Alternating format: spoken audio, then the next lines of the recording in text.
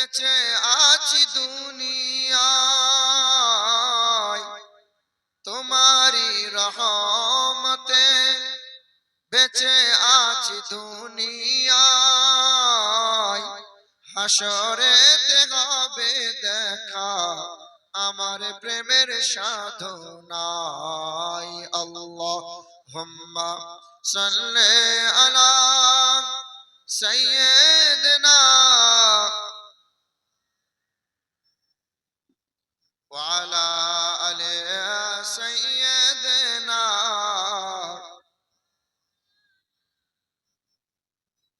জিকির করি লা ইলাহা ইল্লাল্লাহ, লা ইলাহা, লা ইলাহা ইল্লাল্লাহু মুহাম্মাদুর রাসূলুল্লাহ। নাই কোন খালিক তুমি ছাড়া, নাই কোন মালিক তুমি ছাড়া, নাই কোন মাবুদ তুমি ছাড়া, নাই কোন মাশুক তুমি ছাড়া। তোমার ফিকিরে হয় এমন ওতালা, লা ইলাহা ইল্লাল্লাহ, লা ইলাহা ইল্লাল্লাহ মুহাম্মাদুর রাসূলুল্লাহ। আলহামদুলিল্লাহ, সমস্ত প্রশংসা সেই মহান মালিকের জন্য, যিনি আমাদেরকে পৃথিবীর সর্বশ্রেষ্ঠ সম্পদ ঈমান নামক বস্তুটা দান করেছেন। আর তিনি বড় দয়া করে আমাকে আপনাদেরকে রহমতের মজলিসে, ক্ষমা পাওয়ার মজলিসে, ফেরেশতাদের মাঝে, জান্নাতের বাগানে তিনি দয়া করে মেহেরবানি করে তার প্রিয়তম বান্দাগুলোকে বেছে নিয়ে তারই মজলিসে, তারই কথা বলার এবং শোনার তিনি সুযোগ করে দিয়েছেন। সেই মহান মালিকের দরবারে উচ্চ স্বরে মুক্ত কণ্ঠে বলি আলহামদুলিল্লাহ। আপনারা বিজেপি করেন নাকি? মহব্বত একটু আলহামদুলিল্লাহ বলছেন, তবে এমন করে বলছেন, বলেন না আলহামদুলিল্লাহ। আমার শিক্ষিত মুসলমান, আমার সুধী মানুষেরা, তিনি আল্লাহ যিনি আমাদেরকে পৃথিবীর জমিনে পাঠিয়েছেন, তারই ইচ্ছাই পৃথিবীতে এসেছি আমরা, আবার তারই ইচ্ছাই পৃথিবী থেকে যাব আমরা। এসেছি কার ইচ্ছায়? আল্লাহর ইচ্ছায়। আমরা কি নিজেদের ইচ্ছে মতো আসতে পেরেছি বাবা? যদি নিজেদের ইচ্ছে মতো আসতে পারতাম তাহলে নিশ্চয়ই আমরা গরিবের ঘরে আসতাম না, রাজা বাদশার ঘরেই আসতাম। যদি আমরা নিজেদের ইচ্ছের মতো আসতে পারতাম তাহলে বেনামাজির ঘরে আসতাম না, আসতাম তো পীর সাহেবের ঘরেই আসতাম। কি বলছেন বাপ? তাহলে এসেছি আমরা আল্লাহর ইচ্ছায়, পৃথিবী থেকে যাব যখন তারই ইচ্ছায়। যখন যাওয়ার সময় হবে, এই আপনার এলাকার কোন নেতা, কোন মন্ত্রী, কোন এমএলএ, কোন এমপি, কোন ধনী মানুষ যদি মনে মনে ভাবে আমার তো টাকা আছে, টাকা দিয়ে মালাকুল মউত ফেরেশতাকে একটু ঘুষ টুস দিয়ে দেবো, হ্যাঁ, মালাকুল মউত গরম, টাকা থেকে নরম হয়ে যাবে, যাবে না। তিনি হাজির হলে সেই সময় কোনো বাহানা চলবে? চলবে? ডাকলেই তার ডাকে সাড়া দিতে হবে, দেরি করা যাবে না। তবে এসেছি তার ইচ্ছায়, পৃথিবী থেকে যাব তারই ইচ্ছায়, আর মধ্যখানে সময়টুকু চালাবো কার ইচ্ছায়? চালাচ্ছি কার ইচ্ছায়? আল্লাহর ইচ্ছায় চালাচ্ছি। যদি আল্লাহর ইচ্ছায় চালাতেন তো এক একজন ওলি হয়ে যেতেন। জি হ্যাঁ, ইচ্ছে হলে তো আপনি নামাজ পড়েন, ইচ্ছে না হলে আপনি পড়বেন না। ইচ্ছে হলে সাপ্তাহিক জুম্মাতে একবার আপনি যাবেন, না হলে আপনি যাবেন না। টাকা এখন কার নাই? ইচ্ছে হলে আপনি দান করবেন, ইচ্ছে না হলে আপনি দান করবেন না। চলছি তো নিজেদের ইচ্ছে মতো। আল্লাহ পাক বলে, বান্দা তোরা যদি আমার ইচ্ছে মতো চলতে পারতিস, আমার নবী তোদেরকে যেমন করে চলতে বলেছে তেমন যদি চলতিস, তো একজনা আমি আল্লাহ পাকের প্রিয় বান্দা হয়ে যেতিস। মুসলমান সোনারটুকরো বন্ধুরা আমার, আল্লাহ পাকের এই পবিত্রময় জায়গাতে বসার সুযোগ পেয়েছি। মুমিন হওয়ার মজলিসে, ক্ষমা পাওয়ার মজলিসে, ওলি হওয়ার মজলিসে। আর একবার সকলে উচ্চ স্বরে মুক্ত কণ্ঠে বলি আলহামদুলিল্লাহ। তারপরে শতকোটি দরুদ আর সালাম মক্কার মতি, মদিনার জ্যোতি, দুই কুলের সাথী, উম্মতের কান্ডারি, যে নবী দাঁড়ালে পরে আকাশের উচ্চতা লাভ করে, যে নবী বসিলে পরে ভুবন স্থিরতা লাভ করে, যে নবী হাসলে পরে জান্নাত সৌন্দর্যতা লাভ করে, যে নবী কাঁদলে পরে জাহান্নাম থরথর করে কাঁপতে শুরু করে। ভাষা বুঝতে পারছেন আমার? আগের বছর এসেছিলাম, এবছরও এসেছি, কথা বুঝতে পারছেন? কথায় আছে যে দক্ষিণের বাণী আর উত্তরের রানী। জি হ্যাঁ, আমাদের বাণী একটু খড়খড়ে খসখসে ভাষা আমাদের। আপনাদের দিনাজপুরের লোক, আপনাদের ভাষা সুর আলাদা, আপনাদের ওয়েদার আবহাওয়া আলাদা। আমার শিক্ষিত মুসলমান, আমার সুধী মানুষেরা, তারপরে আজকের সভার সভাপতি, সঞ্চালক, সভার সহযোগী, সহকর্মী, সহধর্মী, সহমর্মী, হিতাকাঙ্ক্ষী যারা এই পবিত্রময় মজলিসে, মুরব্বী বাবাজিরা, ভাইরা, মা ও বোনেরা, আল্লাহ পাকের দয়া, মায়া, অনুগ্রহ আর শান্তি ধারা আমাদের সকলের উপর বর্ষণ হোক, আল্লাহুম্মা আমিন। আমার শিক্ষিত মুসলমান সুধী মানুষেরা, আমাদের এই ধর্ম সভায় তবলিগি ভাইরাও আসতে পারে, দৈবন্দীরাও আসতে পারে, ওয়াহাবিরাও আসতে পারে, হিন্দু কোনো ভাই যদি আসতে চাই আসতে পারে, সাঁওতালরাও আসতে পারে। কোন রকমের আমাদের তরফ থেকে ডিস্টার্ব, অসুবিধা না, কারণ পবিত্র কোরআন আমাদেরকে সম্প্রীতির কথা শিখিয়েছে, পবিত্র কোরআন আমাদেরকে মানবতার কথা শিখিয়েছে। আমাদের ধর্ম সভা সম্প্রীতির সভা, মানবতার সভা, ভালোবাসার সভা। গোটা বিশ্বের মাটিতে একটাই মাত্র ধর্ম, ইন্নাদ-দীনা ইনদাল্লাহিল ইসলাম। সর্ব অবস্থায় সম্প্রীতির বার্তা দিয়েছি আমরা, ভালোবাসার কথা বলেছি আমরা, ভালোবাসা দেখিয়ে দিয়েছি আমরা। তারপরেও আপনি দেখেন, পুরো আফসোসের কথা, এই দেশের মাটিতে অসংখ্য ধর্মগ্রন্থ আছে। বাইবেল, জিন্দাবাস্তা, ত্রিপিটক, রামায়ণ, মহাভারত, যজুর্বেদ, ঋক, শ্যাম, অথর্ব, কল্কি পুরাণ, মনুসংহিতা। কোন ধর্মগ্রন্থ নিয়ে মামলা হয় না, হামলা হয় না, কোন ধর্মগ্রন্থ নিয়ে কেউ আঙুল তোলে না। কিন্তু এই দেশের মাটিতে কোরআন নিয়ে মামলা হয়, হামলা হয়, কোরআনের বিরুদ্ধে কত রকমের ষড়যন্ত্র হয়, হয় কি হয় না? এই দেশের মাটিতে গির্জা আছে, পাঠশালা আছে, ভার্সিটি আছে, কলেজ আছে, কত মন্দির আছে, কারো কোনোদিন কোনো অসুবিধা হয় না। কিন্তু মসজিদ গুলো নিয়ে এক শ্রেণীর বড্ড চুলকানি হয়। কিছু কিছু মানুষ বলে যে এই দেশের মাটিতে 1000 বছর দেশ চালিয়েছে মুসলমানেরা, তারা তলোয়ারের ভয় দেখিয়ে হিন্দুগুলোকে মুসলমান করে নিয়েছে তারা। জি হ্যাঁ বলে, কিন্তু বন্ধু শোনো, এই দেশের মাটিতে বাদশারা দেশ চালিয়েছিল, তারা যদি ভয় দেখিয়ে কোনো হিন্দুকে মুসলমান বানাতো, তাহলে ভারতের জমিনে একটাও মন্দিরে মাথা খুঁজে পাওয়া যেত না। তবে বাদশারা ভুল করেছিল, বাদশা হয়েছিল মুসলমান, কিন্তু মন্ত্রী পদটা হিন্দুকে দিয়েছিল, মসজিদ বানিয়েছিল তারা, সম্প্রীতি বজায় রাখতে গিয়ে পাশাপাশি মন্দির বানিয়ে দিয়েছিল তারা ভুল করেছিল। তাই তো জ্ঞানবাপী মসজিদের ভিতরে শিবের লিঙ্গ খুঁজে পাচ্ছে ওরা, কখনো খাজা বাবার মাজার নিয়ে, কখনো গাজল থানার আন্ডারে আদিনা মসজিদ নিয়ে। দেখছেন না? এই কিছুদিন আগের ঘটনা, বাংলার মাটিতে মেদিনীপুর শহরে কাঁথি এলাকায় 30 ঘর মুসলমান বাস করে। ফজরের আজান হয়, সকালবেলায় উঠে কট্টর হিন্দু পন্থীরা, হিন্দু ধর্মের অনুসারীরা মসজিদের মাথায় উঠে মাইক নামাইয়ে মাইক মেশিন ভেঙে দিয়েছে। বলে কেন? বলে তোমাদের আজানের কারণে আমাদের বড় অসুবিধা হয়, আমাদের ঘুমের ডিস্টার্ব হয়।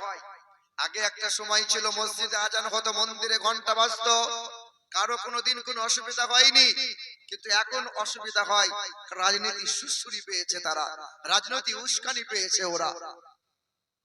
মুসলমান সোনার টুকরো বন্ধুরা, আগে একটা সময় ছিল ভোরের বেলায় আজান হতো, হিন্দু ঘরের বৌমা নিজের ছেলেকে উঠিয়ে দিয়ে বলতো, বাবা পড়তে বস, মসজিদে আজান হয়েছে, কদিন পরে পরীক্ষা আছে। মাঠে ক্ষেত জমিতে যখন কাজ করতে যেত, হিন্দু বলো, খ্রিস্টান বলো, সাঁওতাল বলো, আজান শুনে তারা কাজের ছুটি নিয়ে বাড়ি আসতো।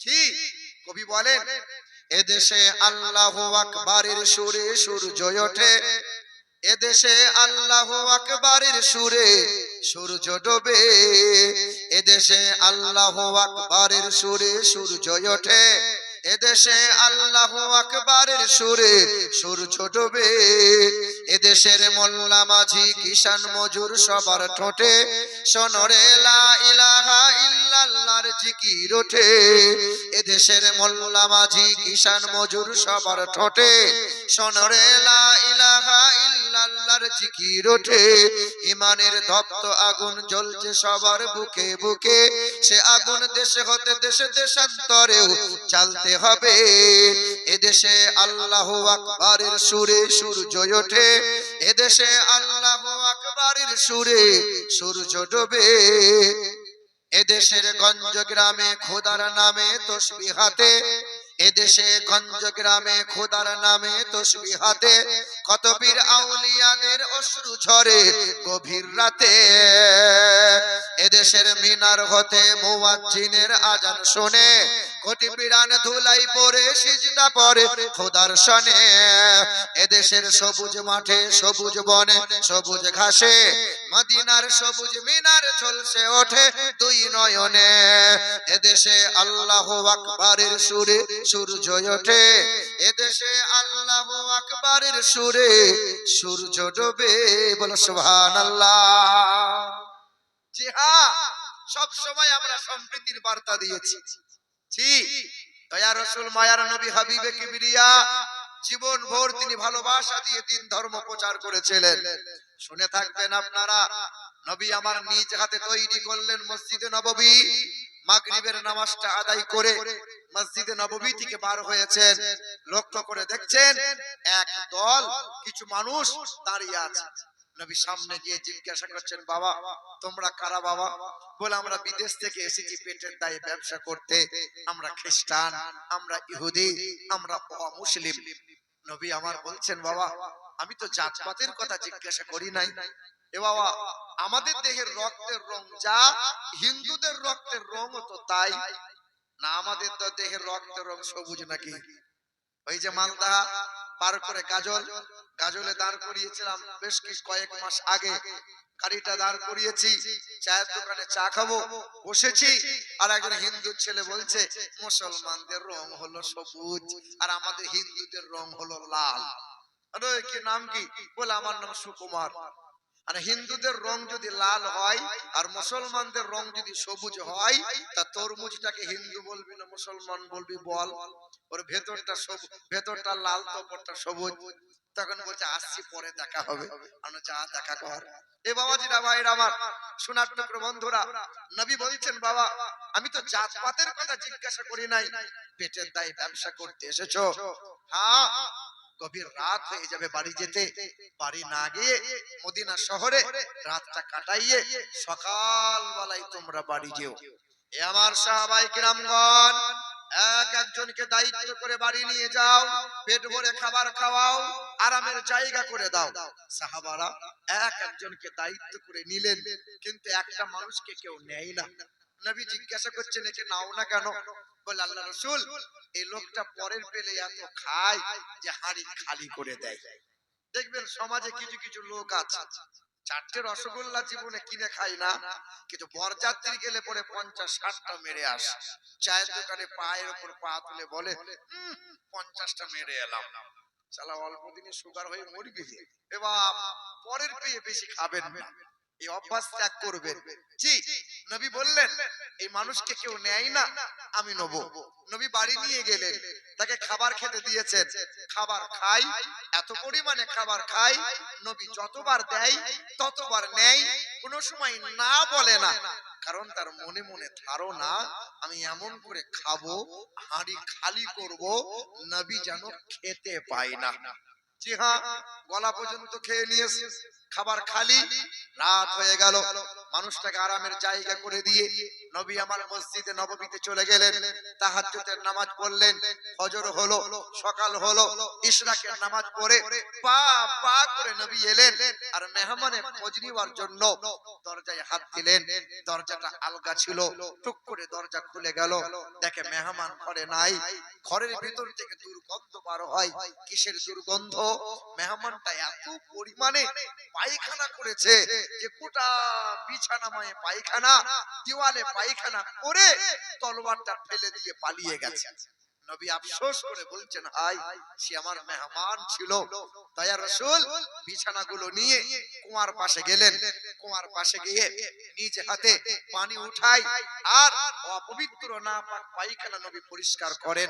ওমরে ফারুক রাদিয়াল্লাহু তাআলা আনহু দেখতে পেয়ে নবীকে বলছেন, আল্লাহ রাসূল, আপনি নাপাক পায়খানা পরিষ্কার করছেন, যে হাত দিয়ে কুষ্ঠবেদীর গায়ে বুলিয়েছিলেন, কুষ্ঠবেদী শিফা পেয়েছিল, যে হাত আপনি অন্ধ ব্যক্তির চোখে বুলিয়েছিলেন, অন্ধ ব্যক্তির চোখে জ্যোতি ফিরেছিল, যে হাত দিয়ে বুলিয়েছিলেন জাবের রাদিয়াল্লাহু তাআলা আনহুর দুই মৃত্যু ছেলে জিন্দা হয়েছিল, যে আগুন দিয়ে ইশারা করেছিলেন আকাশের চাঁদটা দুই টুকরো হলো, যে আগুন আপনি লুটার মধ্যে ভরেছিলেন, 1500 জন সাহাবা সফরে ছিল, পান করেছিল, ওযু বানিয়েছিল, তখনও লুটার পানি শেষ হয় না।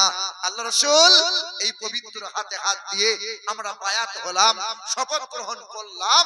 আল্লাহ রাসূল, আজকে আপনি নাপাক পায়খানা পরিষ্কার করছেন হাত দিয়ে, দেন না, আমাকে দেন। রাসূল বলছেন, না বাবা, এই কাজটা আমাকেই করতে দাও। নবী পায়খানা পরিষ্কার করছেন আর বললেন, বাপ, আমার মেহমানটাকে একটু নিয়ে এসো বাবা, তাকে একটু হাত ধরে মাপ চেয়ে নেব। ওমরে ফারুক দৌড়ে গেলেন, মেহমানের হাতটা ধরে টানতে টানতে নিয়ে আসছে, থরথর করে কাঁপছে, কারণ ওমর ধরে নিয়ে আসছে। ওমর নরম মানুষ না গরম মানুষ? বড্ড গরম মানুষ। এর মনে মনে ধারণা, আমার দেহের মাথা আর থাকবে না। আল্লাহ রাসূল পায়খানা পরিষ্কার করে হাতটা ধুয়ে মেহমানের হাতে হাত রেখে বলছেন, বাবা, তুমি আমাকে maaf করে দিও, তুমি আমার মেহমান ছিলে, যদিও তুমি অমুসলিম ছিলে, তুমি আমাকে ক্ষমার দৃষ্টিতে দেখো, আর তুমি যে তলোয়ারটা ফেলে দিয়ে গিয়েছিলে, তলোয়ারটা নিয়ে এবার তুমি বাড়ি চলে যাও।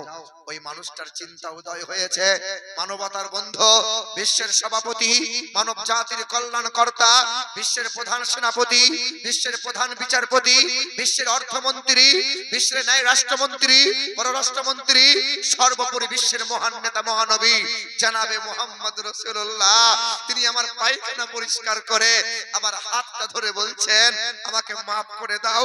ছুটে এসে মানুষটা বলেছিল, আল্লাহ রাসূল, আমি অপরাধ করেছিলাম, আমার মনে মনে ধারণা ছিল এমন করে খাবো আপনি যেন খেতে না পান, আমার অপরাধ ছিল। পৃথিবীতে অনেক এই চর্মার চোখে, এই চামড়ার চোখে অনেক ধর্মগুরু দেখেছি, অনেক মুনি ঋষির কথা আমি শুনেছি, কিন্তু আজকে আমি তাকে দেখলাম, তিনি মানবতার বন্ধু, কল্যাণকর্তা, বিশ্বের মহান নেতা, আল্লাহর পেয়ারা বন্ধু জনাবে মুহাম্মদ রাসূলুল্লাহ। নবীর কদমটা বুকে আঁকড়ে নিয়ে বলেছিলেন, আল্লাহ রাসূল, আমাকে কদমের তলায় একটু জায়গা করে দেন না, আমি আর দেশে যাব না, আমি আর বাড়ি ফিরবো না। নবী বলেছিলেন, কি চাইছো বলো? বলে, আল্লাহ রাসূল, আমি কালেমা পড়ে মুসলমান হয়ে যেতে চাই। সম্প্রীতি, ভালোবাসা, মোহাব্বত দেখে ওই অমুসলিম ব্যক্তিটা, তার মনে কু ধারণা ছিল, আজকে ত্যাগ করে দিয়ে উচ্চ স্বরে পড়েছিল কালেমা লা ইলাহা ইল্লাল্লাহু মুহাম্মাদুর রাসূলুল্লাহ। বাপ, গোটা বিশ্বের মাটিতে মার খাচ্ছে কারা বলো? গোটা বিশ্বের মাটিতে মার খাচ্ছে কারা? মরছে কারা? আমরা মুসলমানরা। কারণ কি? আল্লাহ পাক পবিত্র কোরআনে বলছেন, এ আমার বান্দা বান্দিরা, কেউ তোমাদের মারতে পারবে না, কখনো তোমরা লজ্জিত হবে না, কেউ তোমাদের অপদস্থ অপমান করতে পারবে না। আমি আল্লাহ পাকের ঘোষণা, মা আতাকুমুর রাসূলু ফাকুযুহু ওয়া মা নাহাকুম আনহু ফান্তাহু। এ দুনিয়ার মানুষেরা, কল্যাণ কামিয়াবি যদি লাভ করতে চাও, ইহকালে নাজাত পেতে চাও, পরকালে যদি জান্নাতি হতে চাও, সর্ব জায়গায় যদি ইজ্জতওয়ালা হয়ে মাথা উঁচু করে যদি বাঁচতে চাও, আমি আল্লাহ পাক জানিয়ে দিলাম, মা আতাকুমুর রাসূলু ফাকুযুহু ওয়া মা নাহাকুম আনহু ফান্তাহু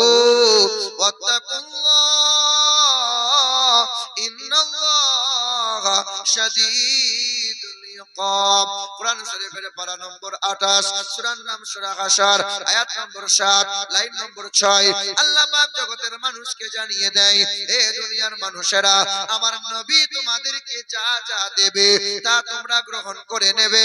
নবী যা ছাড়তে বলে তা থেকে নিজেকে দূরে সরিয়ে নেবে।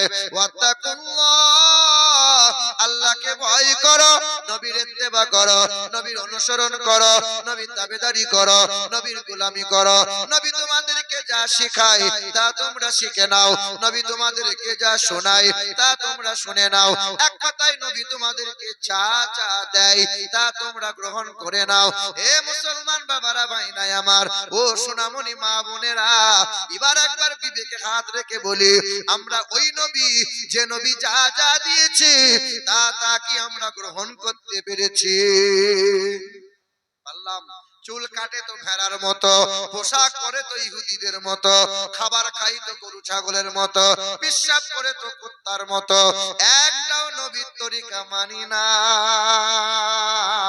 আর আমরা মুখে বলে, নবী তোমাকে ভালোবাসি, তোমাকে ছাড়া থাকতে পারি না। গত পরশুদিন ছিলাম ওই যে আপনার ইটাহারে, ছেলেগুলো সব গোল করে ধরে নিয়ে যাচ্ছে, নারে তাকবীর, নারে তাকবীর, গড চিৎকার করছে। আমি যুবকের হাতটা ধরে বললাম, বাপ পেশাব করে পানি নিয়েছিস? বলল, হুজুর আজকেই নিয়েছি। সারা বছর পেশাব পানি নাই, ওই একদিনে জলসা করে নারে তাকবীর করে ফাটিয়ে দিচ্ছে। নবী তোমার জন্য কলজে ফাটিয়ে দেবো, কিন্তু পেশাব করে পানি নেবো না।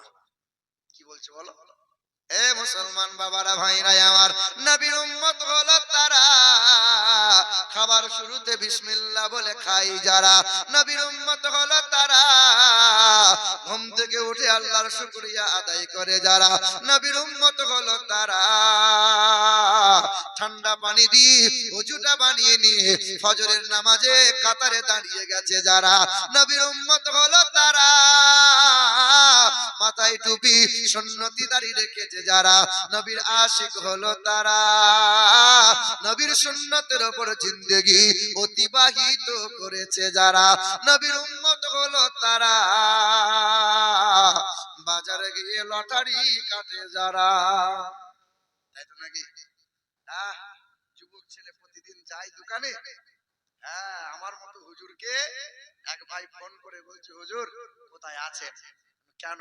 বলে, হুজুর আপনাকে দিয়ে একটু দোকানটা উদ্বোধন করাবো। কিসের দোকান? বলে, ইলাহি ভরসা লটারির দোকান।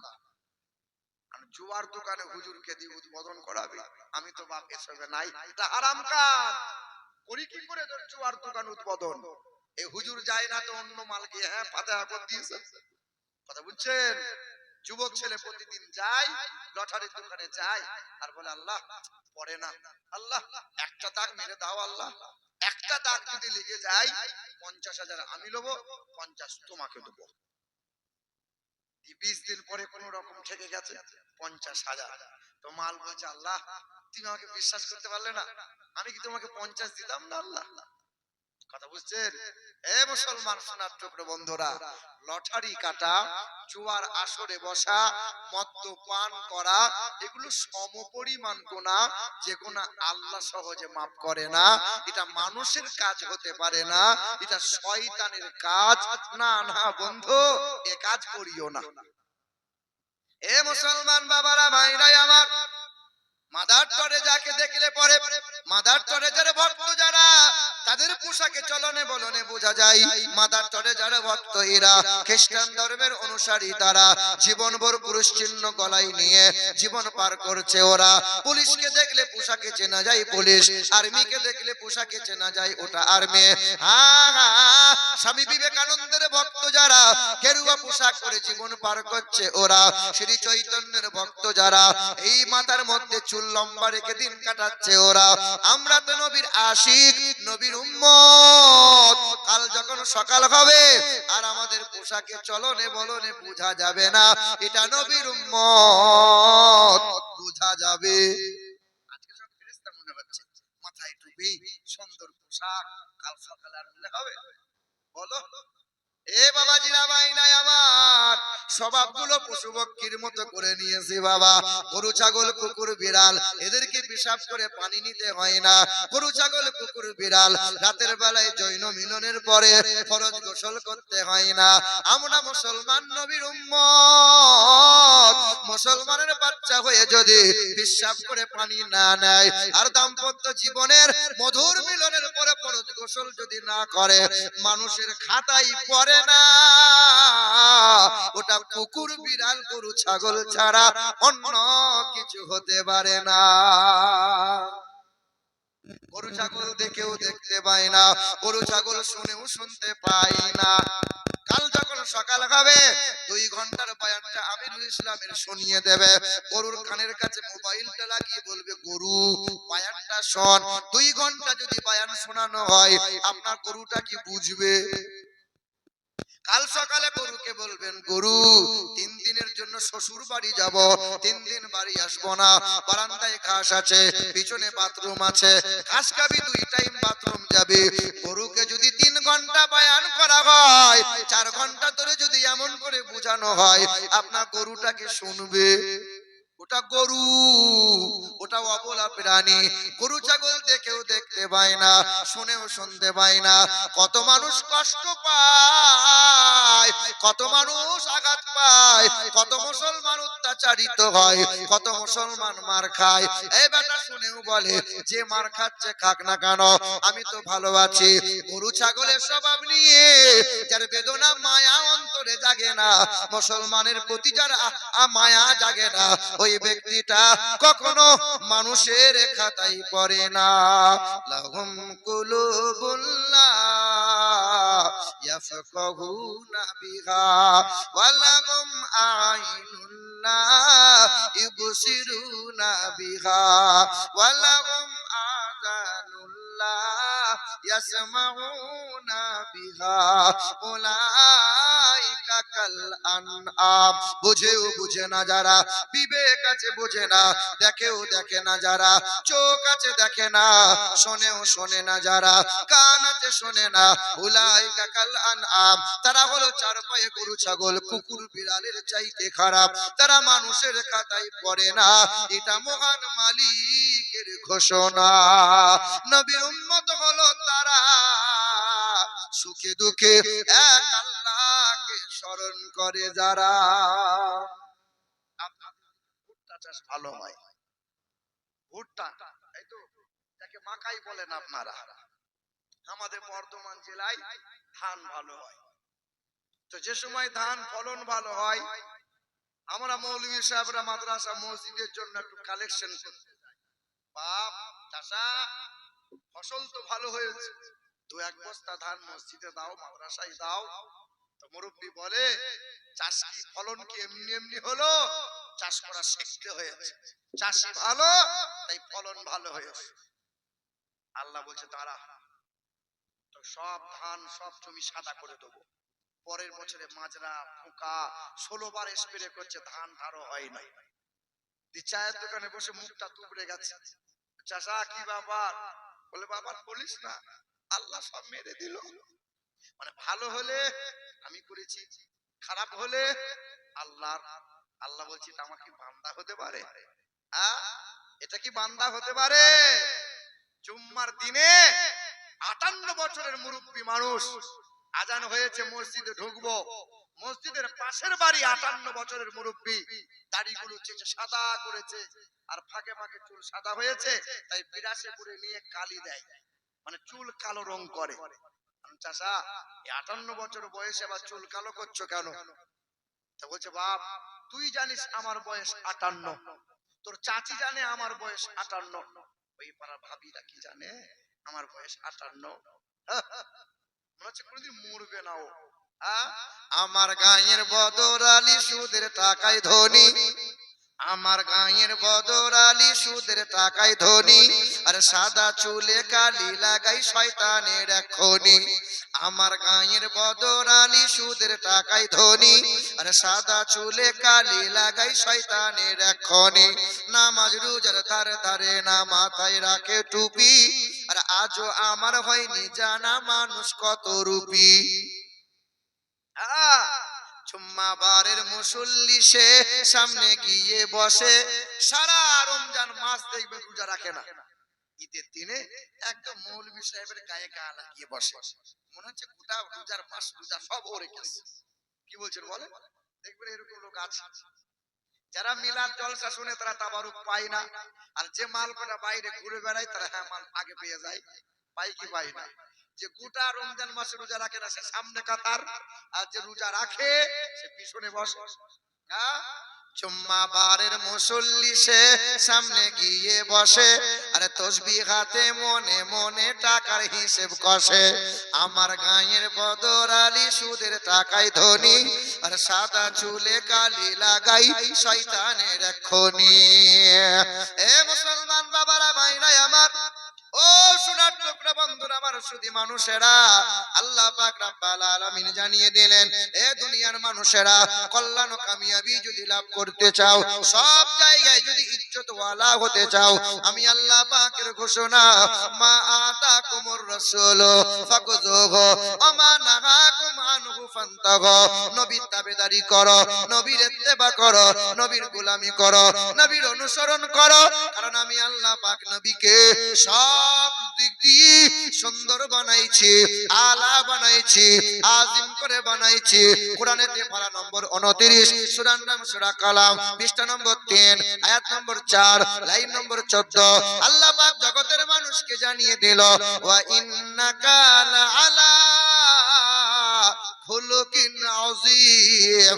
আমার নবীর মতো করে এত সুন্দর কাউকে আমি আল্লাহ বানাই নাই, সবচেয়ে সুন্দর করে নবীকে আমি বানাইলাম। আল্লাহ পাক বলেন, আসমানের মালিক আমি আল্লাহ, আসমান বানাইছি, আসমানকে আমি আল্লাহ সুন্দর বলি নাই, জমিনকে বানাইছি আমি আল্লাহ, জমিনকে সুন্দর বলি নাই, রং বেরঙের গাছপালা পশু পক্ষী দিয়েছি আমি আল্লাহ সুন্দর বলি নাই। তবে সুন্দর বন আছি, পৃথিবীর মানুষেরা সুন্দর বলে, আমি আল্লাহ কোনোদিন সুন্দর বলি নাই। তবে হ্যাঁ, আমি আল্লাহ কোরআনে 4 বার শপথ করে বলেছি, মানুষকে আমি আল্লাহ সুন্দর করে বানাইছি। এ দুনিয়ার মানুষেরা, আসমানের রব আমি আল্লাহ, আসমানের রহমত হলো রাসূলুল্লাহ, জমিনের রব হলাম আমি আল্লাহ, জমিনের রহমত হলো রাসূলুল্লাহ, মাহশরের রব হলাম আমি আল্লাহ, মাহশরের রহমত হলো রাসূলুল্লাহ, বারযাকের রব হলাম আমি আল্লাহ, বারযাকের রহমত হলো রাসূলুল্লাহ। সর্ব জায়গার জন্য আমার নবীকে রহমত করে পাঠাইছি। এ দুনিয়ার মানুষেরা, তোমাদেরকে সুন্দর করে পাঠাইলাম, সুন্দর যদি হতে চাও সর্বদিক দিয়ে যারে আমি আল্লাহ সুন্দর বানাইলাম, নবী মুহাম্মদুর রাসূলুল্লাহর তাবেদারি করে নাও। সবচেয়ে সুন্দর নবী মুহাম্মদ সাল্লাল্লাহু। এ মুসলমান বাবারা ভাইরা আমার, হিন্দুদের বেদেও লেখা আছে এমন কথা, আম সন্তা সরতি শতপতি মার মেঘে সুন্দরম মঙ্গলম নরসংস ইন্দ্রজোনা উপস্রোত নামে নরসংস ভবিষ্যতে। পৃথিবীর জমিনে জগৎগুরু বিশ্বের মহান নেতা নবী মুহাম্মদুর রাসূলুল্লাহ, নবীর মতো করে আমার আল্লাহ কাউকে সুন্দর করে বানাই নাই। বেদে কেমন লেখা আছে জানো? আম সন্তা সরতি শতপতি, তিনি হবেন সত্যপ্রিয়, তিনি হবেন সত্যবাদী, মানব জাতির কল্যাণকর্তা, তার চেহারা যেন চাঁদি দিয়ে মোড়ানো হবে। আম্মা জান আয়েশা বলেন, জুলাইখার বান্ধবীরা, দয়ার নবী জুলাইখার বান্ধবীরা ইউসুফ নবীকে দেখার পরে আঙ্গুলগুলো কেটে ফেলেছিল। আমি আয়েশা জানিয়ে দিয়ে যাই, একবার যদি ওই জুলাইখার বান্ধবীরা আমার দয়ার নবী মায়ার নবীকে দেখতো, আঙ্গুলগুলো নয়, কাটতে কাটতে কলিজা খানা কেটে ফেলতো।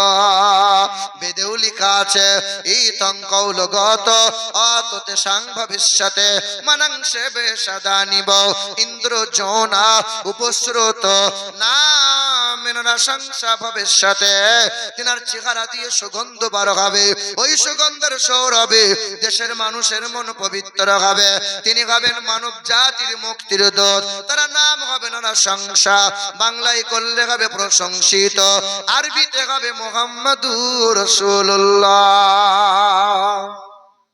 এই পৃথিবী থেকে সর্বপ্রথম যিনি চাঁদে গিয়েছিলেন 1969 সালে জুলাই মাসের 20 তারিখে রাত্রি 11টার সময় যিনি চাঁদে পা রাখলেন, ওর নাম হলো নীল আর্মস্ট্রং। চাঁদে যাওয়ার পর চাঁদ থেকে ফিরে এসে বিশ্বের মানুষকে 3টে তথ্য দিয়েছিলেন।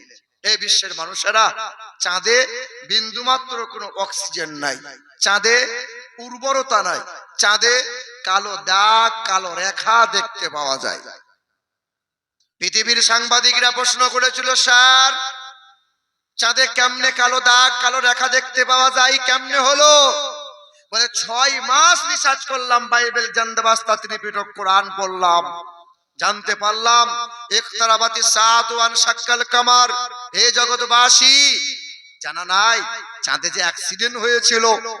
মক্কা নগরী থেকে বিশ্বের মহান নেতা আকাশের দিকে ইশারা করলেন, এক শাহাদত আঙ্গুলের ইশারায় চাঁদটা 2 টুকরো হলো, আবার তারই আঙ্গুলের ইশারায় চাঁদটা জোড়া লাগলো।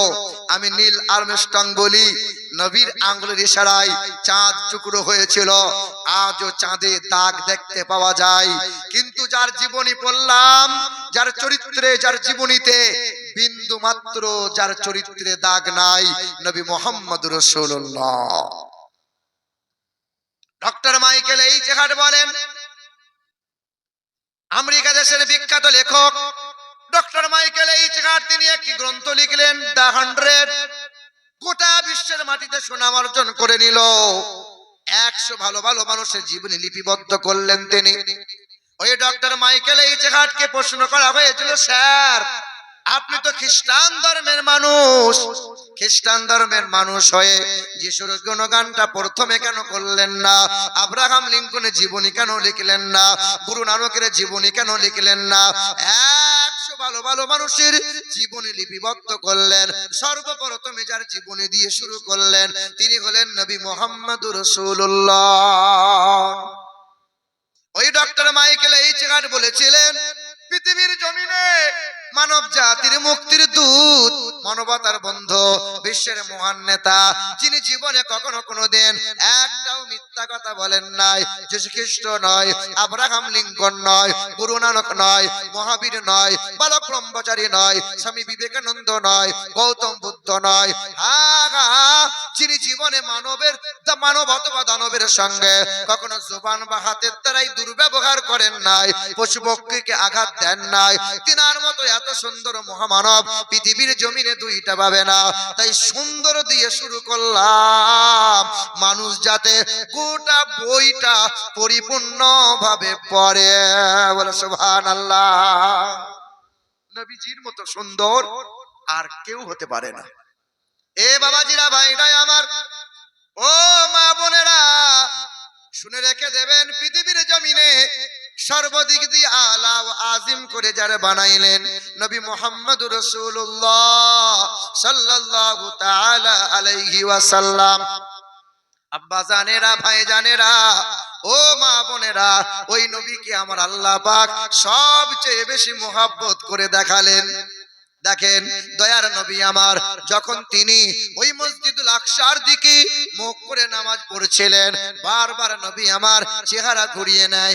কাবা যদি আল্লাহ আমাদের জন্য কিবলা বানিয়ে দেয়, নবী মুখ করে নামাজ পড়ছেন, সাহাবায়ে কিরামরাও নামাজ পড়ছেন, মসজিদুল আকসা বাইতুল মুকাদ্দাসের দিকে নামাজ করেছেন, যে আকসা ইহুদিরা ইসরাইলরা আজকে দখল করে বসে আছে।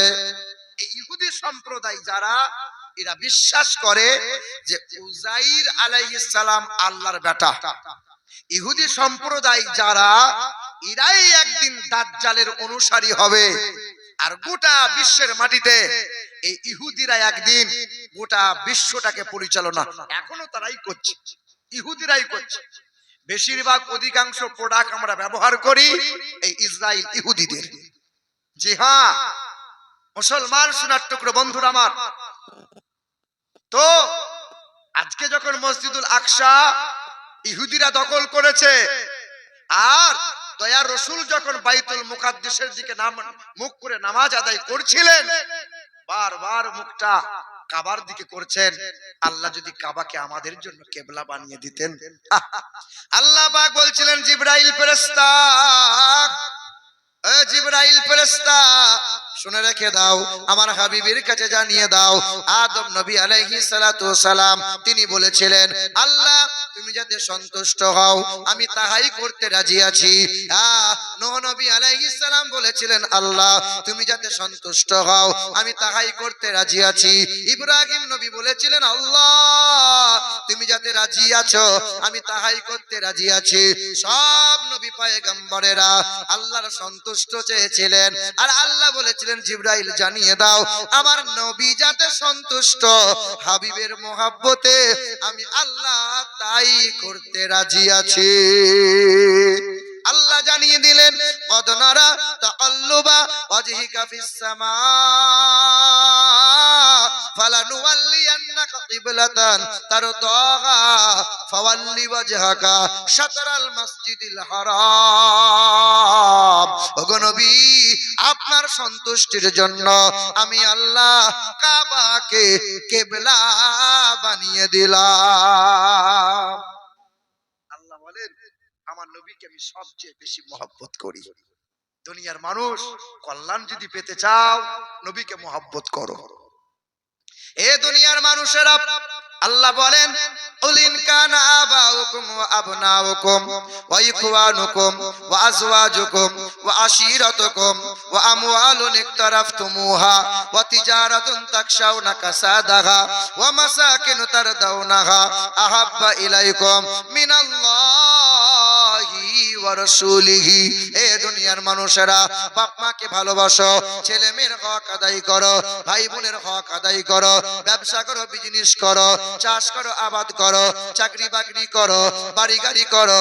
আমি আল্লাহ কোনোটাই মানা করি নাই, তবে আমি আল্লাহ পাক জানিয়ে দিয়েছি এ দুনিয়ার মানুষেরা বিবিকে মহব্বত করতে গিয়ে আমার নবীকে যেন ভুলে যাবে না, টাকা পয়সা রোজি রোজগার করতে গিয়ে আমার নবীকে যেন ভুলে যাবে না, চাকরি বাকরি ধন দৌলত বাড়াতে গিয়ে আমার নবীকে যেন ভুলে যাবে না। যখন আমার নবীকে ত্যাগ করে দিবি সব জায়গায় লাঞ্ছিত হবি, অপমানিত হবি। আমি আল্লাহ পাকের দুই ঘোষণা, এক হলো মুহাম্মাদুর রাসূলুল্লাহ আর দ্বিতীয় হলো কালামুল্লাহ। এই দুটো সম্পদ যেন কখনো কোনোদিন তোরা ত্যাগ করে দিবি না, কোনোদিন যেন ছেড়ে দিবি না। এক মুহাম্মাদুর রাসূলুল্লাহ, দ্বিতীয় হলো কালামুল্লাহ। সর্ব অবস্থায় তোমরা বুকে আঁকড়ে ধরে নেবে। আমি আল্লাহ পাকের ঘোষণা, কেউ তোমাদের মারতে পারবে না, কেউ তোমাদের বেইজ্জতি করতে পারবে না। জি মুসলমান সোনার টুকরো বন্ধুরা আমার, আমার বাবাজিরা ভাইরা, আপনি একটু বিবেকে হাত দিয়ে দেখেন না নবীকে ধরতে পেরেছি না কালামকে বুকে তুলে নিতে পেরেছি? নাই। মুসলমান বাবারা ভাইরা আমার, এই আমার মা বোনেরা, ওই আমেরিকা দেশের বিখ্যাত লেখিকা লরেন বুথ তার নাম, পৃথিবীর জমিনে এক নম্বর লেখিকা হবে বলে সুনাম অর্জন করবে বলে ওই লেখিকা কি করেছিল? সাংবাদিক সম্মেলনে দাঁড়িয়ে দিয়ে কোরআনকে বাম হাতে করে উঁচু করে তুলে বলেছিল এই কোরআনের নাম নিশানা মুছে দেব, কোরআনের ভুল বার করব, মুসলমানদের পৃথিবী থেকে সরিয়ে দেব। আজ পর্যন্ত কেউ পেরেছে কোরআনের ভুল বার করতে? কেউ পেরেছে? যারা পণ্ডিত, যারা বামুন, যারা ব্রাহ্মণ, যারা বৈজ্ঞানিক, যে সমস্ত পণ্ডিত বুদ্ধিজীবীরা কোরআনের সাথে বেয়াদবি করতে চেয়েছিল, একদিন কোরআনের শীতল হাওয়া পেয়ে তারাই আবার কালেমা পড়ে কোরআন বুকে নিয়েছে। ইতিহাস, অহরহ ইতিহাস এইরকম সাক্ষ্য দেয়। এই বাবাজিরা আমার, এই মহিলাটা বলেছিল যে পৃথিবীর জমিনে মুসলমানদের নাম নিশানা মুছে দেবো। বাম হাতে করে বেহায়া ন্যাংটা মহিলা, ন্যাংটা পোশাক পরে কোরআনটা বাম হাতে করে তুলেছিল। সাংবাদিকরা দেশ বিদেশে প্রচার করেছিল এই মহিলা 1 মাস 2 মাস নয় 2 বছর কোরআন পড়েছিল। 2 বছর কোরআন পড়ার পর এই মহিলাটা বলেছিল কোরআনটা 5 বার পড়লাম, কোরআনের ভুল পেলাম না, কিন্তু এই কোরআন 2 বছরে আমি 52 বার তেলাওয়াত করেছি, 52 বার আমি রিসার্চ করেছি। পৃথিবীতে অনেক গান আছে দেখবেন, একবার, 10 বার, 20 বার শোনা হয়, ধীরে ধীরে সেই গান পুরাতন হয়ে যায়। পৃথিবীতে অনেক কবিতা আছে, একবার, 10 বার, 20 বার শোনা হয়, পড়া হয়, ধীরে ধীরে পুরাতন হয়ে যায়। কত মুরব্বী বাপ 40 বছর ধরে নামাজ পড়ছে, একই সূরা, সুন্নত পড়ে তো সূরা ফাতিহা পড়ে, নফল পড়ে সূরা ফাতিহা পড়ে, ফরজ পড়ে সূরা ফাতিহা পড়ে, ইশরাকের নামাজ পড়ে সূরা ফাতিহা পড়ে, পড়ে কি পড়ে না? 40 বছর ধরে একই সূরা পড়ে, আবার ইমাম সাহেবের পিছনে ওই সূরাই শুনে, কোনদিন মনে হলো না সূরাটা পুরাতন হয়ে গেছে, একটু নতুন নতুন হলে ভালো হয়? কিন্তু না। মুসলমান বাবারা ভাইরা আমার, খ্রিস্টান ধর্মের মেয়েটা বলছে 2 বছরে 52 বার কোরআন তেলাওয়াত করলাম। আর তোমার ঘরের আমার ঘরের মা বোনদেরকে জিজ্ঞাসা করো, বছরে রমজান মাস না এলে কোরআন তারা ছুঁইবে না, আর নামাজের ধারে ধারে না ওজুর বাহানা দিয়ে, ওজুর বাহানা অজুহাত দিয়ে নামাজও তারা পড়বে না। জি, তবে এখানকার মা বোনরা তো অনেক ভালো, স্বামীর গায়ে তেল পায়ে তেল দেয়, স্বামীর সেবা টিবা করে, করে কি করে না বলেন? আমার শোনেন, আমি বছরে 2 বার 3 বার করে নানির গ্রাম যাই। ছোটবেলায় নানা নানি মারা গেছে তো, আত্মীয় স্বজন খালা আছে, মামিরা সব আছে। জি, দান সাদকা করার জন্য প্রতি বছরে 2 বার 3 বার যেতে হয়, আত্মীয়দের আগে দান করতে হয়। তো একদল মহিলা দাঁড়িয়ে আছে, জিজ্ঞাসা করছি মামি কোথায় গিয়েছিলে? বলে বাপ ব্যাংকে গিয়েছিলাম। কি ব্যাপার? বলে মাস শেষ লক্ষ্মী ভান্ডারের টাকা তুলতে গিয়েছিলাম, 1000 করে পাচ্ছি।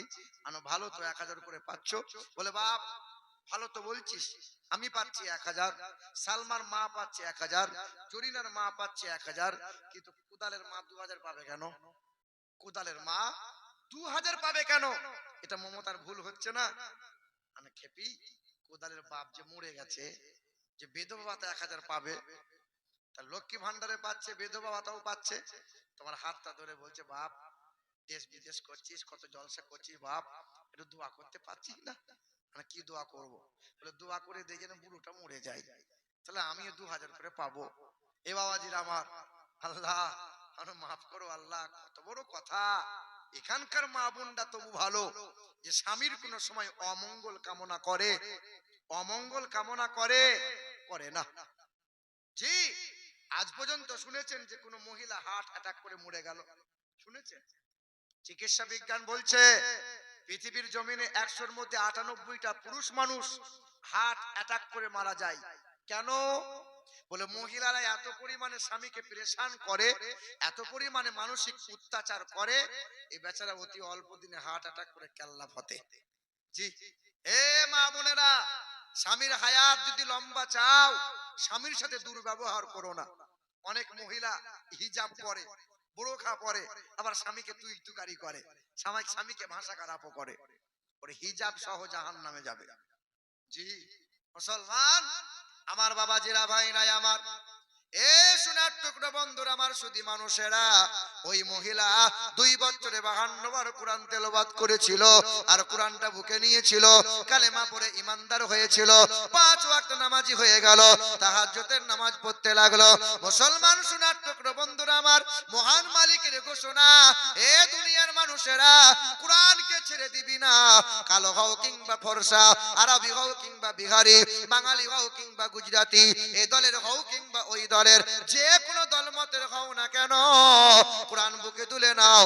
যখন কোরআনওয়ালা হয়ে যাবে, কোরআনটা বুকে আঁকড়ে ধরে নেবে, মালিকের দরবারে যখন চাইবে, আল্লাহর ফেরেশতারা বলবে আল্লাহ বুকে আছে তোমার কালাম, তুমি যেন ফিরিয়ে দিও না। কোরআন পড়নেওয়ালার দোয়া ফিরিয়ে দেয় না, কোরআন পড়নেওয়ালা রুজিতে আল্লাহ বরকত দেয়, কোরআন পড়নেওয়ালার জন্য বালা মুসিবতকে আল্লাহ দূর করে দেয়। যারা কোরআন পড়ে, শুধু মুসলমান না নয়, এই দেশের মাটিতে হিন্দু বলো, খ্রিস্টান বলো, জৈন বলো, সাঁওতাল বলো, আদিবাসী বলো, দেখবে মাগরিব বাদ, নামাজ বাদ, কত শত হিন্দু ঘরের মা বোনেরা বাচ্চা কোলে নিয়ে মসজিদের সামনে দাঁড়িয়ে যায়। কেন দাঁড়ায় জানো? তাদের বিশ্বাস ধারণা বামুনের কাছে ওই ফুঁকে কাজ হবে না, কারণ যার বুকে কোরআন আছে সে ফুঁক দিলে নাকি বাচ্চার কল্যাণ হয়, সে যদি ফুঁক দেয় জল পড়াতে কাজ হয়, সে যদি ফুঁক দেয় তেল পড়াতে কাজ হয়। কারণ হলো কোরআন কোরআন কোরআন। আল্লাহ বলেন এক হলো মুহাম্মদুর রাসূলুল্লাহ, দ্বিতীয় হলো কালামুল্লাহ। ওয়াতাসিমু বিহাবলিল্লাহি জামিআও ওয়ালা তাফাররাকু, শক্ত করে ধরো, মজবুত করে ধরো। বুড়োরা কোরআন পড়ো, নওজোয়ানরা কোরআন পড়ো, ছোটরা কোরআন পড়ো, কালো ফর্সা কোরআন পড়ো, গরিব ধনী কোরআন পড়ো। যে দলের যে মতের হও না কেন, কোরআন যখন আঁকড়ে নেবে কেউ তোমাদের মারতে পারবে না। আর যখন তোমরা কোরআন ছেড়ে দেবে, দুনিয়ার সম্পদকে বেশি প্রয়োজন মনে করে নেবে, তখন তোমরা লাঞ্ছিত হবে, পদদলিত হবে। এটা মহান মালিকের ঘোষণা।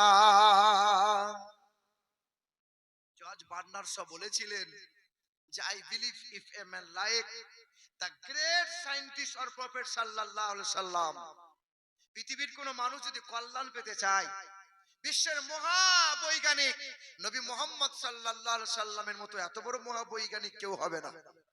ডক্টর হরপ্রসাদ শাস্ত্রী বলেছিলেন বিশ্বের মহান নেতা নবী মুহাম্মদ সাল্লাল্লাহু আলাইহি সাল্লাম 1934 সালে কবিগুরু রবীন্দ্রনাথ ঠাকুর বলেছিলেন আমার জানা মতে সবচেয়ে মহান ব্যক্তি, ইসলাম ধর্মের গুরু, জগৎগুরু, কল্যাণকর্তা নবী মুহাম্মদ সাল্লাল্লাহু আলাইহি ওয়াসাল্লাম। আপনি দেখেন নবী মুহাম্মদ সাল্লাল্লাহু আলাইহি সাল্লাম যে বিশ্বের মহাবৈজ্ঞানিক, তখনকার সময়ে ল্যাব ছিল না, পরীক্ষা নিরীক্ষা করার কোনো যন্ত্র ছিল না। নবী 1450 বছর আগে বলছেন, এই পুরুষ মানুষ যারা টাকনুর উপরে কাপড় পরিধান করবে তারা, পুরুষ মানুষ যারা টাকনুর উপরে কাপড় পরিধান করবে তারা। কোনদিন মনে হলো না একবার হাফেজ সাহেব মৌলভী সাহেবকে জিজ্ঞাসা করি, নবী বারবার কেন বলছেন টাকনুর উপরে কাপড় পরো, কিন্তু মহিলারা টাকনু ঢাকা দিয়ে রাখো? পৃথিবীর বৈজ্ঞানিকরা সেলুট জানিয়ে বলছেন নবী মুহাম্মদ সাল্লাল্লাহু আলাইহি সাল্লাম 1450 বছর আগে তিনি শিখিয়েছেন, বলেছেন পুরুষ মানুষরা টাকনুর উপরে কাপড় পরিধান করবে। যদি কোনো মানুষ 24টা ঘন্টা সময়ের অধিকাংশ সময় এই গিরা টাকনু যদি ঢাকা দিয়ে রাখে, অতি অল্প দিনে জৈন শক্তি হারিয়ে ফেলবে। বলে পুরুষ মানুষ মাঠ কাটে যাবে, বাজারে যাবে, হ্যাঁ চাষ আবাদ করবে, পুরুষ মানুষ টাকনুর উপরে কাপড় পরিধান করবে। সূর্যের কিরণ যত বেশি পাবে, হরমোন আর জৈন শক্তি তত বেশি বেড়ে তার শরীরে উঠবে। কিন্তু মহিলাদের জন্য সূর্যের কিরণ লাগে না, মহিলারা মাঠঘাট করবে না, মহিলারা আজার বাজার করবে না, মহিলারা টাকনু ঢাকা দিয়ে রাখবে, সূর্যের কিরণ লাগে না। মহিলারা সোনা নামক ধাতু ব্যবহার করবে। যত সোনা ধাতু ব্যবহার করে, সোনা নামক ধাতুতে ওই সূর্যের কিরণে যে ভিটামিন পাওয়া যায়, ওই ভিটামিন তাদের দেহে পূর্ণ হয়ে যায়। বলে সুবহানাল্লাহ। মহিলারা হাত রঙিন করবে, পুরুষ মানুষের হাত রঙিন করা চলে না। ঈদের দিনে আর বিয়ের সময় দেখা যায় কিছু কিছু যুবক ছেলে এই বগল পর্যন্ত মেহেদি লাগায়। পুরুষ মানুষের হাতে মেহেদি করা যায় না, মেহেদি করবে মহিলারা। জি। 2 নম্বর দেখেন, আল্লাহ রাসূল বললেন, হে আমার উম্মতেরা, হে আল্লাহর বান্দারা, তোমরা যখন শয়ন করবে ডান কাত হয়ে শোবে। আমরা পুরুষ মানুষ উপর হয়ে শুয়ে যাই, চিত হয়ে শুয়ে পড়ি, কোন শোয়ার সিস্টেম আমরা জানি না। নবী জীবন ভর বললেন তোমরা ডান কাত হয়ে শোও। পৃথিবীর চিকিৎসা বিজ্ঞানটা বলল, নবী মুহাম্মদ সাল্লাল্লাহু আলাইহি ওয়াসাল্লামকে সেলুট জানাই, বাম দিকে হার্ট আছে, কোন মানুষ ডান দিকে শোয়ার যদি অভ্যস্ত করে, ওই মানুষটা হার্ট অ্যাটাক থেকে রেহাই পেয়ে যায়। 3 নম্বর আপনি দেখেন নবী কত বড় মহাবৈজ্ঞানিক। নবী যখন পৃথিবীর জমিনে ভূমিষ্ঠ হলেন, খাতনা করা অবস্থায় ভূমিষ্ঠ হলেন, মানে মুসলমানি অবস্থায় ভূমিষ্ঠ হলেন। অনেক হিন্দুরা আমাদেরকে কটাক্ষ করে। এই কিছুদিন আগে একটা জালসাতে কিছু হিন্দু ছেলে এসেছিল, দিয়া দিয়া বলছিল যে বাবা পোল্ট্রির মাংসের খিচুড়ি রান্না হয়েছে, হিন্দু ভাইরাও খেয়ো, মুসলমানরা খেয়ো। তখন একটা হিন্দু ভাই বলছে আমরা তো নিরামিষ ভুজি। শোনো, তোমরা যে বলছো আমরা আমিষ খাই না, নিরামিষ ভুজি, ঠান্ডা লাগলে ক্যাপসুল খাও। বলে তা একটু আধটু খাই।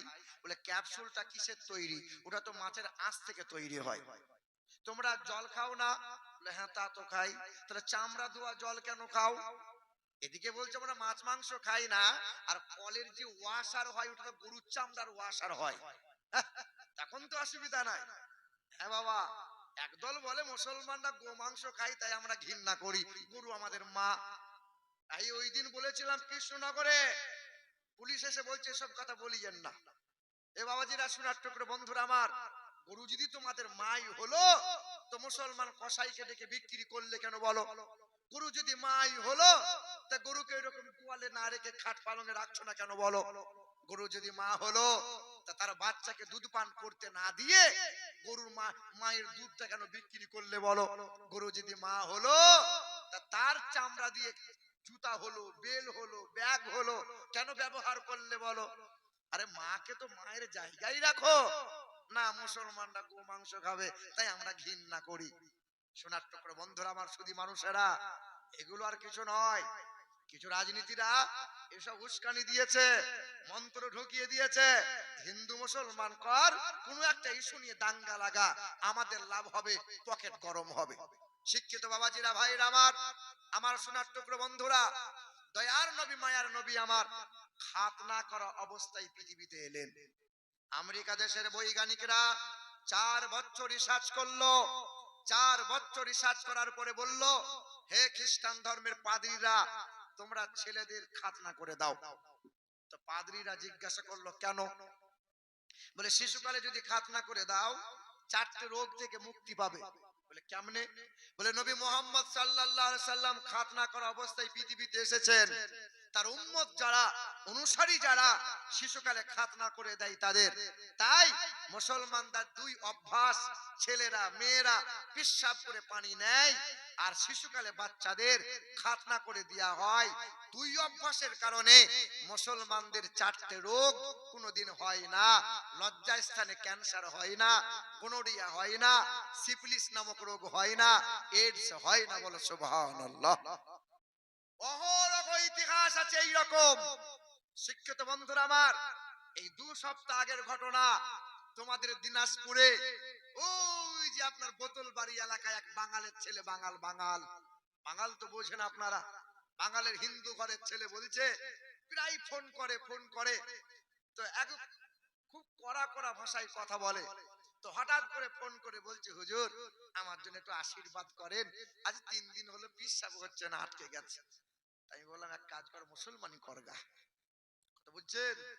কত হিন্দুদের ছেলে এইরকম খাতনা করতে হয়েছে এই রোগের কারণে। পেশাব করে পানি নাও যুবকরা, কিন্তু এই দিক দিয়ে মহিলারা উত্তম। 100-র মধ্যে 100টাই মহিলা পেশাব করে পানি নেয়, কিন্তু 100-র মধ্যে 70টা যুবক ছেলে পেশাব করে পানি নেয়। রাস্তার ধারে দাঁড়াবে, সিলিন্ডারটা বার করবে, বাঁ হাতে করে ধরবে, ডান হাতে করে বিড়ি বা সিগারেট টান মারবে, ছোট্ট করে মুখে চলে যাবে। মানে বাঁ হাতে গরম বিড়ি, নরম বিড়ি, ডান হাতে গরম বিড়ি। লজ্জাও নাই, শরম নাই, হায়াও নাই।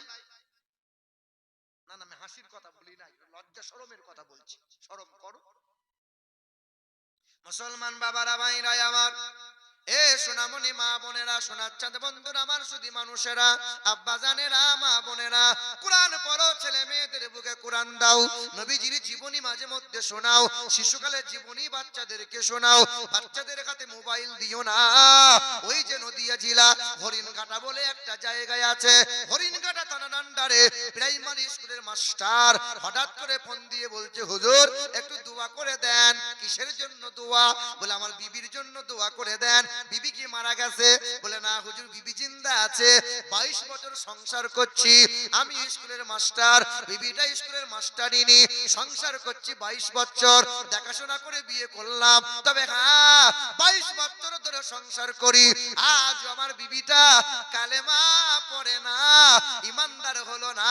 আমি নামাজ রোজা করি, 2 ছেলে নামাজ কোরআন পড়ে, কিন্তু আমার বিবিটা আজও সকাল সন্ধ্যা ঘন্টা বাজায়, আজও পূজা অর্চনা করে। হুজুর দোয়া করে দেন যেন আমার বউটা কলমা পড়ে মুসলমান হয়। 22 বছর ধরে চেষ্টা করলি হলো না, আর আজ কি দোয়া করবো আর কি করে হবে ও? আমি বললাম তোমার এলাকায় আমার মহফিল আছে, দেখা করবে। বলে হুজুর একবার যদি আসতেন, পায়ের ধুলো দিতেন, আমি ব্যাগে করে ধুলো নিয়ে যাব, কত নেবে বলো? এ বাবাজিরা আমার, ও সোনামণি মা বোনেরা, ওই এলাকায় হাজির হলাম। স্কুলের মাস্টার সামনে চলে এলো, আমাকে সঙ্গে করে তার বাড়িতে নিয়ে গেল। বিবিটা কেউটো সাপের মতো ফসফস করছিল, মৌলবি কেন আমার বাড়িতে আসবে? একটু অসুবিধা হচ্ছে বলেন, চেয়ার হয়ে গেছে খুব ছোট আর মানুষটা হয়ে গেছে লম্বা, এই হাঁটু নিয়ে সমস্যা হচ্ছে। এ বাবাজিরা ভাই, এটাই আমার এ সোনার টুকরো বন্ধুরা, আমার সুধী মানুষেরা, আব্বা জানেরা, একটু ধ্যান দেন। ওই যে তার বাড়িতে হাজির হলাম, কোন রকমই সে আমার সামনে আসবে না, দরজার আড়াল থেকে বলেছিলাম, এ বোন আমার, তোমার জন্য একটা কিতাব নিয়ে এলাম, বিশ্ব নবীর জীবনী, বাংলার লেখা এই কিতাবটা তুমি একটু রাতের বেলায় নিরিবিলি নিরিবিলি একটু পড়বে বোন আমার, তোমার যদি ভালো লাগে এই কিতাবটা পড়িও, ভালো যদি না লাগে এই কিতাব তোমাকে পড়া লাগবে না। বিশ্ব নবীর জীবনী একটা বাংলার কিতাব আমি নিয়ে গেলাম, বিশ্ব নবীর জীবনী এই কিতাবটা তার হাতে দিয়ে আমি চলে এলাম। সে আমার সামনে আসবে না, আমার কথা শুনবেও না। শিক্ষিতা মহিলা, সেও মাস্টার মহিলা, তার বিবি 22 বছর সংসার করছে। 3 মাস পরে স্বামীটা ফোন করছে, আর স্বামীর হাত থেকে ফোনটা নিয়ে বলছে, হুজুর আমার বাড়িতে আবার আসবেন, চা করে দেবো, খাবেন। আর সেদিন তো চা করে খাওয়ালি না, তবে যাবো।